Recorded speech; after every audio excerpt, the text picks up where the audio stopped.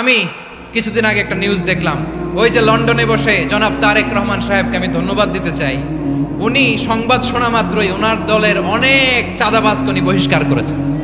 কোনো ব্যক্তির কারণে, কোনো নেতার কারণে, কোনো কর্মীর কারণে যদি মানুষের আস্থা নষ্ট হয়, তাকে আমরা ওন করতে পারবো না। বিকজ আমরা বহু ঝড় ঝঞ্ঝার ভিতর দিয়ে আজ এখানে এসে দাঁড়িয়েছি, বহু অত্যাচার নির্যাতনের ভিতর দিয়ে এখানে এসে দাঁড়িয়েছি আজকে আমরা। কাজেই আমাদের পক্ষে আর সম্ভব না যে কেউ নিজের বিষয়, নিজের স্বার্থ নিয়ে এমন কিছু করবে যেটা দলের স্বার্থকে আঘাত করবে, ক্ষতিগ্রস্ত করবে। তাকে আমাদের পক্ষে টানা সম্ভব না। আই ডু অ্যাপ্রিশিয়েট প্রতিটি দলের এরকম ইনিশিয়েটিভ নেওয়ার দরকার আছে না নাই? যে কোনো দলে এই প্র্যাকটিসটা থাকার দরকার আছে না নাই? চাঁদাবাজদের সাথে আপনারা নিজেদেরকে মুক্ত ঘোষণা করবেন যে এরা আমার দলের কর্মী হতে পারে না। টেন্ডারবাজি, চাঁদাবাজি, দুর্নীতি, অপরাধ, দখলদারিত্ব, মজুদদারি, এগুলো সব কিছু একসাথে প্রতিরোধ করতে হবে, ঠিক কিনা বলেন? একটা মানবিক সমাজ যদি চাই, প্রতিরোধ করতে হবে। প্রিয় ভাইয়েরা, আল্লাহর শপথ নিয়ে বলি, এই নাসিহাতগুলো সবার জন্য, সব দলের জন্য, সব মতের মানুষের জন্য।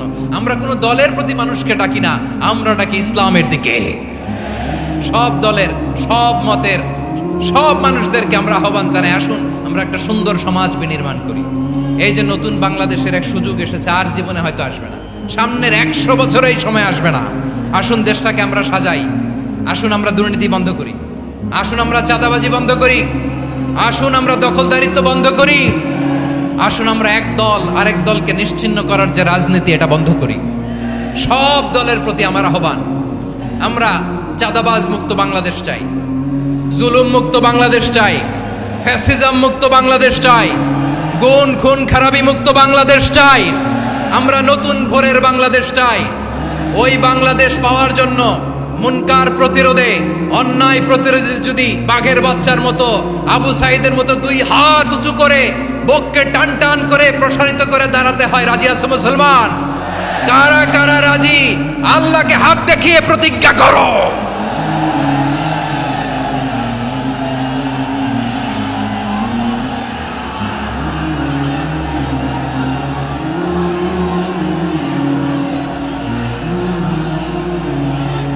আমার প্রিয় ভাইয়েরা, বসুন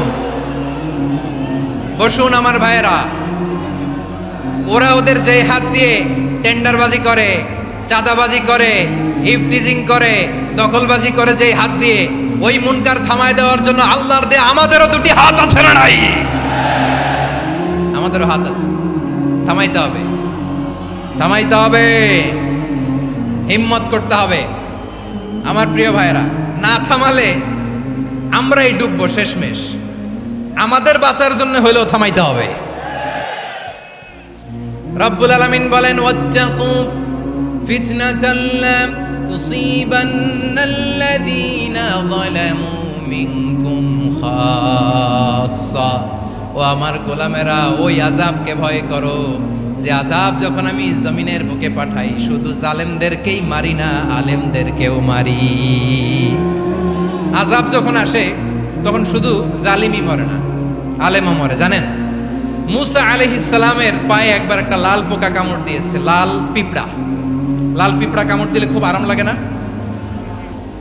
কি লাগে? হ্যাঁ, জ্বলে না? লাল একটা পিঁপড়া কামড় দিছে, তো উনি রেগে মেগে পাশি দেখে লাল পিঁপড়ার বাসা, পা দিয়ে ডলে মুছে সবগুলো পিঁপড়া মেরে ফেলছে। এই ঘটনাটা আল্লাহ ঘটিয়েছেন এজন্য। মুসা আলাইহিস সালাম ছিলেন কালিমুল্লাহ, সরাসরি আল্লাহর সাথে কথা বলতেন। তিনি আল্লাহকে জিজ্ঞেস করেছিলেন, আল্লাহ তুমি যখন কোনো জনপদে আযাব পাঠাও, শাস্তি দাও, ওখানকার শুধু জালেমরাই তো মরে না, ভালো মানুষগুলাও মরে, তো আযাব দিবা মুশরিকদের উপর দিবা, অবাধ্যদের উপর দিবা, ভালো মানুষগুলারে মারো কেন? আল্লাহ বললেন, মুসা তোমার যে কামড় দিছিল পায়ের মধ্যে পিঁপড়া, কয়টা পিঁপড়া? জোরে বলেন। একটা পিঁপড়া, তো সবগুলারে মারলা কেন? রেগে মেগে পুরো পিঁপড়ার বাসা ভেঙে ম্যাসাকার করলা কেন? এই মুসা, আমি যখন অ্যাকশনে যাই, আমি যখন শাস্তি দেই, তখন এত বাস বিচার করা হয় না, বাস বিচার করা যায় না। যখন অ্যাকশনে যাওয়া হয়, ওইটা ডাইরেক্ট অ্যাকশন হয়ে যায়। চিল্লায় বলো ঠিক কিনা? এজন্য আমাদের বাঁচার জন্য হলেও এই পাপ থামাতে হবে, এই শয়তানের অট্টহাসি থামাতে হবে, অন্যায় অপরাধ সমাজ থেকে আমাদের থামাতে হবে। কারণ আযাব আসলে ওরাও মরবে, আমরাও মরব। একটা জাহাজ 2 তলা, আপনি আছেন 2য় তলায়। শুনতেছেন? শুনতেছেন? জাহাজ কয় তলা? আপনি কোন তলায়? 2য় তলায়। নিচের তলার কিছু লোক জাহাজের তলা ছিদ্র করতে আরম্ভ করছে। কি ছিদ্র করতেছে? আচ্ছা, জাহাজের তলা ছিদ্র করলে তলা দিয়ে কি ঢুকে? এখন আপনি যদি বলেন আমার কি, আমি তো 2 তলায়, আমার কি, আমি তো সেফ, আমি ইন দ্য সেফ জোন, আমি তো ভালো আছি, আমি তো ভালো আছি, ওরা ছিদ্র করে ওরা মরবে। আসলে কি শুধু ওরা মরবে, নাকি তলা ফুটো হলে ভিতরে পানি ঢুকলে আপনারও সলিল সমাধি হবে? তলা দিয়ে যখন পানি ঢুকবে, জাহাজ ঢুকলে আপনিও মরবেন। এজন্য নিজে মরার আগে ওই পাগলগুলোর নিচতলায় যে থামাতে হবে। চিল্লায় বলেন ঠিক কি না? এজন্য আল্লাহ বললেন মুনকার প্রতিরোধের দায়িত্ব সমাজের টপ টু বটম সবার। পুরো আম্মার দায়িত্ব, সরকার প্রধানের দায়িত্ব, প্রতিটি ফ্যামিলির প্রধান বাবার দায়িত্ব, বিশ্বনবী বললেন প্রতিটি সচেতন মুসলিমের দায়িত্ব। এজন্য মুনকার প্রতিরোধ করার দরকার আছে না নাই? সমাজে এই যে ইফটিজিং হয়, আপনার বোনের বয়সী একটা মেয়েকে কিছু বখাটে টিটকারি করে, এই বলে সেই বলে, নোংরা কথা বলে, রাস্তায় দেখেও আপনি পাশ দিয়ে না দেখার মতো চলে যান কেন? আপনি দাঁড়ান না কেন? আপনি দাঁড়ালেই তো থেমে যাবে। কারণ সত্যের যে শক্তি, তার সামনে মিথ্যা মুখ থুবড়ে পড়ে। আপনার সামনে ও কিছুই না, নাথিং। আপনি দাঁড়ান, ওকে প্রশ্ন করেন যে আমার বোনকে তুমি ডিস্টার্ব করো কেন? আপনাকে দেখে আরো 5 জন দাঁড়াবে, 5 জনকে দেখে আরো 10 জন দাঁড়াবে। আমাদের নীরবতা আর আমাদের নিশ্চুপ থাকাই জালিমদেরকে আরো শক্তিশালী জালিম বানিয়েছে।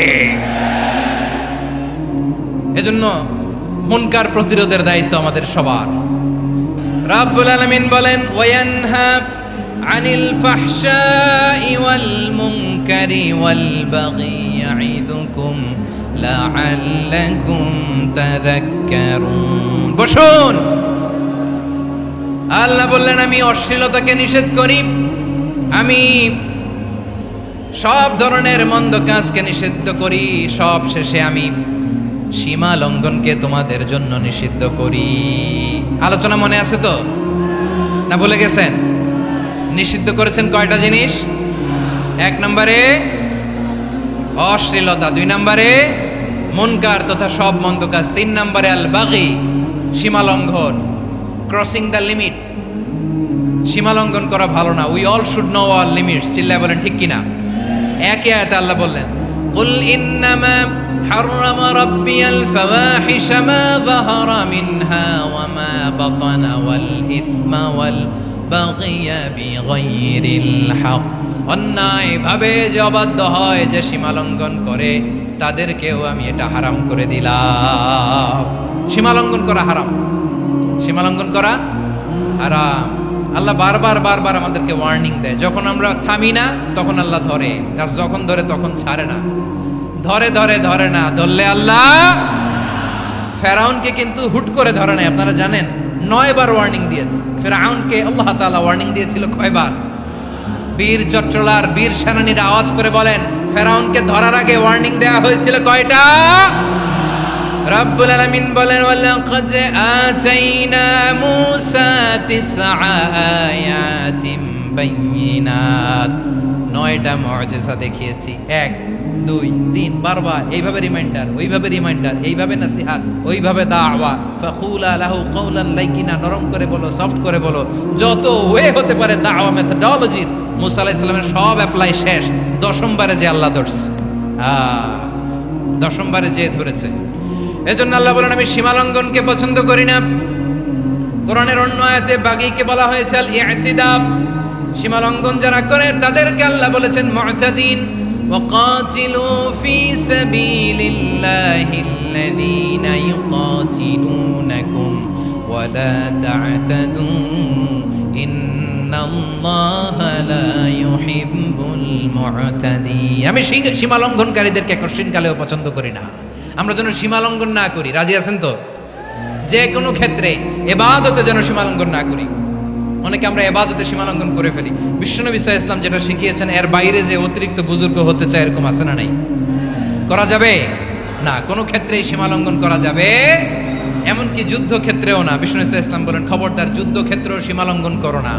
কি সুন্দর ইসলাম আমরা পেয়েছি। বিশ্বনবী বলেন খবরদার যুদ্ধের ময়দানে কোনো নারীর গায়ে হাত তোলো না, কোনো শিশুর গায়ে হাত তোলো না, কোনো গবাদি পশু হত্যা করো না, কোনো শস্য ক্ষেত্র ধ্বংস করো না, ইবাদতরত অন্য ধর্মের কোনো সন্ন্যাসীর গায়ে হাত তোলো না। বলেন সুবহানাল্লাহ।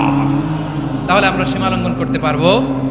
প্রিয় ভাইরা, একটা সুখী সমৃদ্ধ শান্তির সমাজ, মানবিক সমাজ যদি আমরা গঠন করতে চাই, আমাদের আল্লাহর দেয়া কয়টা আদেশ মানতে হবে বলেন দেখি? সবাই বলেন কয়টা? আর বেঁচে থাকতে হবে কয়টা জিনিস থেকে? আওয়াজ করে বলেন কয়টা? আচ্ছা, আদেশ নাম্বার 1 কি ছিল বলেন? আল্লাহর আদেশ কি? 1 নাম্বার আদাল, ন্যায়পরায়ণতা।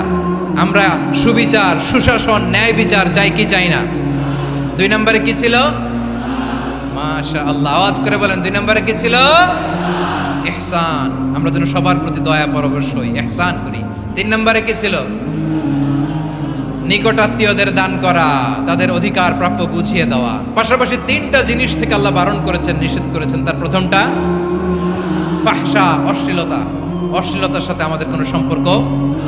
আজকের এই ঐতিহাসিক চট্টগ্রামের প্যারেড ময়দান থেকে আমরা যত ধরনের মা তাহারা মিনহা মা বাতান, প্রকাশ্য অপ্রকাশ্য, দৃশ্যমান অদৃশ্যমান, সব অশ্লীলতা থেকে নিজেদেরকে মুক্ত ঘোষণা করলাম। অশ্লীলতাকে আমরা না বলে দিলাম। আওয়াজ করে সবাই বলুন নো। অশ্লীলতার সাথে আমাদের কোনো সম্পর্ক।